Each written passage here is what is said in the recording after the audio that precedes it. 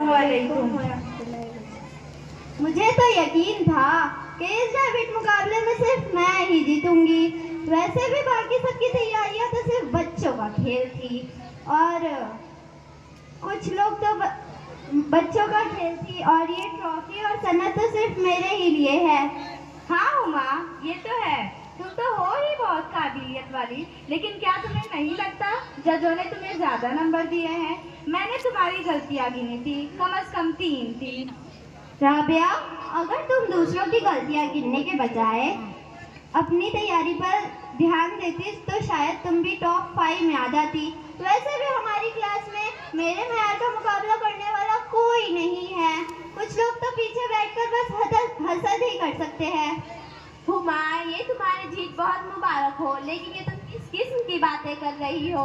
अपने मुंह से अपनी तारीफें कर रही हो और दूसरों को हकीर क्यों समझ रही हो?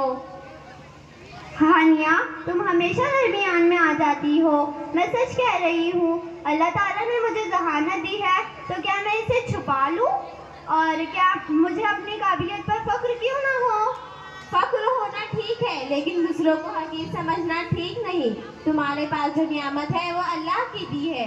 अगर तुम इस नियामत पर दूसरों को हकीर समझोगी तो ये नियामत तुमसे छीनी भी जा सकती है। तुम्हें याद नहीं, नबी अकरम सल्लल्लाहु अलैहि वसल्लम ने फरमाया, जिस शख्स के दिल में राई के दाने के बराबर भी तकब्बुर होगा वो जन्नत में दाखिल नहीं होगा।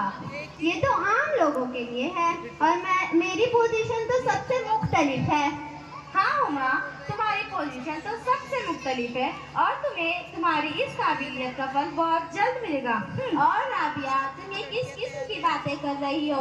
किसी की कामयाबी देखो तो शुक्र करो और दुआ करो कि वो तुम्हें भी अता हो। हसद करने से सिर्फ तुम्हारे दिल का सुकून खत्म होगा। और मेरी बहनों, शैतान ने भी सबसे पहले तकब्बुर किया था और जन्नत से निकाला गया। हुमा, तुम अपनी कामयाबी पर शुक्र करो, गुरूर नहीं। और राबिया, तुम सब्र करो, हसद नहीं। हानिया, शायद तुम ठीक कह रही हो। मैं अपनी कामयाबी को अपनी ज़ाती मिल्कियत समझने लगी थी, जैसे अल्लाह ताला का इसमें कोई हाथ ही ना हो। हाँ हानिया, और मैं हर वक्त सोचती रही कि मुझे वो मुकाम क्यों नहीं मिला। अब भी वक्त है, अल्लाह से माफ़ी मांग लो। हमेशा याद रखना, आज भी सबसे बड़ी कामयाबी है। अस्सलाम वालेकुम।